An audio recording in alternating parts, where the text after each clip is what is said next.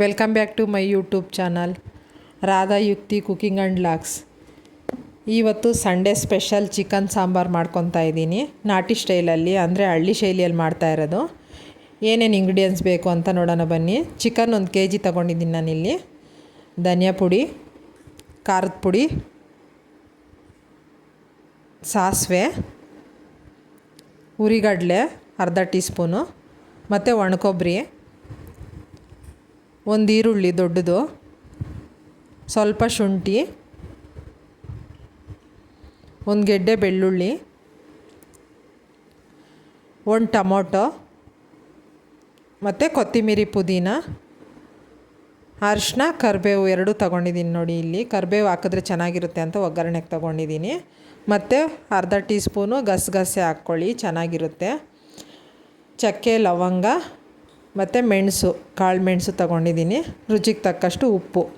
ಈಗ ಹೇಗೆ ಮಾಡೋದು ಅಂತ ನೋಡೋಣ. ಮೊದಲು ಮಿಕ್ಸಿ ಜಾರ್ಗೆ ಎಲ್ಲವನ್ನು ಸೇರಿಸ್ಕೊಳ್ರಿ. ಏನೇನು ಕಟ್ ಮಾಡಿದ್ದೀವೋ ಅದೆಲ್ಲ ಮಿಕ್ಸಿಗೆ ಹಾಕ್ಕೋಬೇಕು. ನೋಡಿರಿ, ಇಲ್ಲಿ ಒಂದು ಹಿಡಿಯಷ್ಟು ಹಾಕ್ತಾಯಿದ್ದೀನಿ ಒಣಕೊಬ್ಬರಿ. ನೀವು ಒಣಕೊಬ್ಬರಿ ತಿನ್ನಲ್ಲ ಅಂದರೆ ಹಸಿ ತೆಂಗಿನ ತುರಿ ಸಮೇತ ಹಾಕ್ಕೋಬೋದು. ಎಲ್ಲ ನುಣ್ಣಗೆ ಪೇಸ್ಟ್ ಮಾಡ್ಕೋಬೇಕು. ಶುಂಠಿ, ಬೆಳ್ಳುಳ್ಳಿ ಎಲ್ಲವನ್ನು ಹಾಕ್ತಾಯಿದ್ದೀನಿ.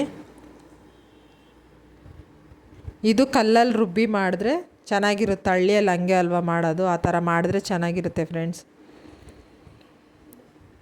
ನೋಡಿ, ಇವಾಗೆಲ್ಲ ಪೇಸ್ಟ್ ಮಾಡಿದ್ದೀನಿ. ಈಗ ಈರುಳ್ಳಿ ಮತ್ತು ಟೊಮೊಟೊನ ಹಾಕ್ಕೊತಾ ಇದ್ದೀನಿ.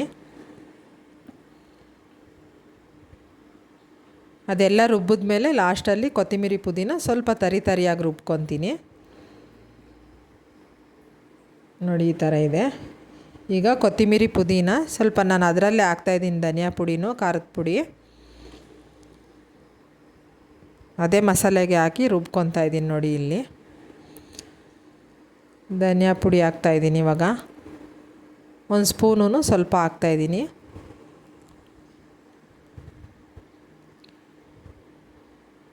ನಿಮ್ಮ ಖಾರಕ್ಕೆ ತగ్గಟ್ಟಾಗಿ ನೀವು ಚಿಲ್ಲಿ ಪೌಡ್ರನ್ನ ಸೇರಿಸ್ಕೊಳ್ರಿ. ನಾನಿಲ್ಲಿ 1 ಟೀ ಸ್ಪೂನ್ ಹಾಕ್ತಾಯಿದ್ದೀನಿ. ಈಗ ಸ್ವಲ್ಪ ತರಿಯಾಗಿ ರುಬ್ಕೋಬೇಕು ಇದನ್ನು. ನೋಡಿರಿ, ಈ ಥರ ರುಬ್ಬಿದ್ದೀನಿ. ಈಗ ಒಗ್ಗರಣೆಗೆ ಕುಕ್ಕರ್ ನಿಕ್ಕೊತಾ ಇದ್ದೀನಿ ನಾನು. ಸ್ವಲ್ಪ ಒಗ್ಗರಣೆಗೆ ಎಣ್ಣೆ ಹಾಕ್ಕೋಬೇಕು.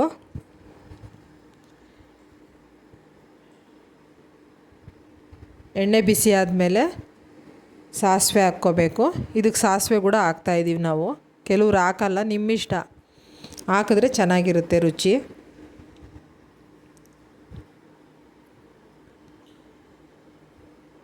ನೋಡಿ, ಸಾಸಿವೆ ಸೇರಿಸ್ಕೊಂಡಿದ್ದೀನಿ. ಸಾಸಿವೆ ಚಿಟಪಟ ಅಂದಮೇಲೆ ಒಂದು ಈರುಳ್ಳಿ ಚಿಕ್ಕದು ಕಟ್ ಮಾಡಿ ಒಗ್ಗರಣೆಗೆ ಹಾಕ್ಕೊಂಡಿದ್ದೀನಿ ನಾನು. ಚೆನ್ನಾಗಿ ಬ್ರೌನ್ ಕಲರ್ ಬರೋವರೆಗೂ ಈರುಳ್ಳಿನ ಫ್ರೈ ಮಾಡ್ಕೊಳ್ಳಿ ಚೆನ್ನಾಗಿ.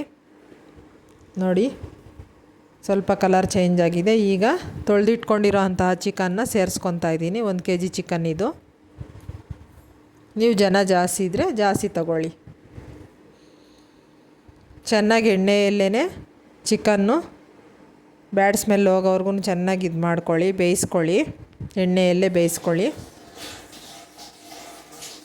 ಹಾಕಿದ ತಕ್ಷಣ ಕಲ್ಸೋಕ್ಕೆ ಹೋಗಬೇಡಿ. 1-2 ನಿಮಿಷ ಬಿಟ್ಬಿಡಿ. ಆಗ ಅದು ತಳಕ್ಕೆ ಕಚ್ಕೊಳ್ಳೋದಿಲ್ಲ. 1-2 ನಿಮಿಷ ಬಿಟ್ಟ ಮೇಲೆ ಕಲಿಸ್ಕೋಬೇಕು. ನೋಡಿ, ಈಗ ಕುಕ್ಕರ್ಗೆ ಅಂಟ್ಕೊಳ್ಳಲ್ಲ ಈ ಥರ ಕಲಿಸೋದ್ರಿಂದ. ನಾವು ಹಾಕಿದ ತಕ್ಷಣ ಕಲ್ಸೋಕೆ ಹೋದರೆ ಕುಕ್ಕರ್ಗೆ ಅಂಟಿರುತ್ತೆ ಎಲ್ಲ.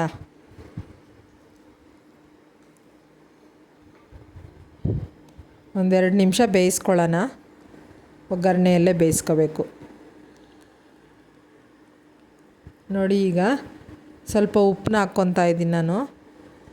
ನೀವು ನಿಮ್ಮ ರುಚಿಗೆ ತಕ್ಕಷ್ಟಾಗ ಹಾಕ್ಕೊಳ್ರಿ.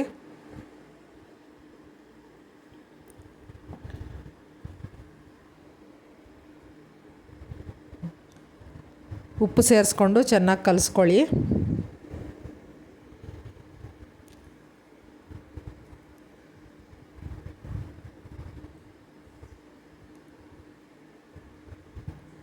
ಅದರಲ್ಲಿ ನೀರು ಬಿಡುತ್ತಲ್ಲ, ಅದೆಲ್ಲ ಡ್ರೈ ಆಗೋವರೆಗೂ ಚೆನ್ನಾಗಿ ಇದೇ ಥರನೇ ಹುರ್ಕೋಬೇಕು ಒಗ್ಗರಣೆಯಲ್ಲಿ.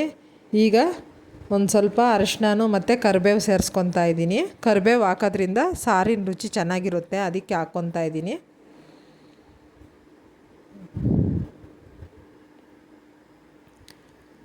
ಹಾಕಿ ಚೆನ್ನಾಗಿ ಕಲಿಸ್ಕೊಬೇಕು ಈ ಥರ.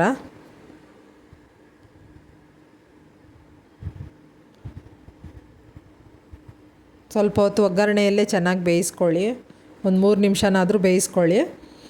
ನಂತರ ಈಗ ಮಸಾಲೆ, ಹಸಿ ಮಸಾಲೆನ ಹಾಕ್ತಾಯಿದ್ದೀನಿ ನೋಡಿ. ನಾನೆಲ್ಲ ರುಬ್ಬಿರೋದನ್ನು ಹಾಕ್ತಾಯಿದ್ದೀನಿ. ಅದು ಚೆನ್ನಾಗಿ ಬೇಯಿಸ್ಕೋಬೇಕು, ಹಸಿ ವಾಸನೆ ಹೋಗೋವರೆಗೂ ನೀರು ಸೇರಿಸ್ದಲೇ ಚೆನ್ನಾಗಿ ಬೇಯಿಸ್ಕೊಳ್ಳಿ.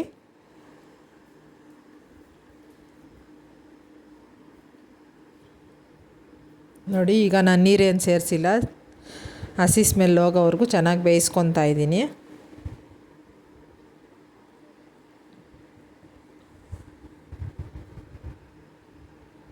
ನೋಡಿ ಕುದೀತಾ ಐತೆ ಈಗ ಮಸಾಲೆ. ಈಗ ಸ್ವಲ್ಪ ನೀರು ಹಾಕ್ಕೊತಾ ಇದ್ದೀನಿ.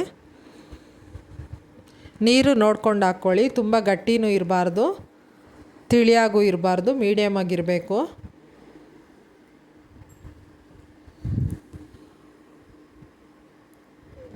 ನೋಡಿ ಈಗ ನೀರು ಸೇರಿಸ್ಕೊಂಡು ಕಲಿಸ್ಕೊತಾ ಇದ್ದೀನಿ.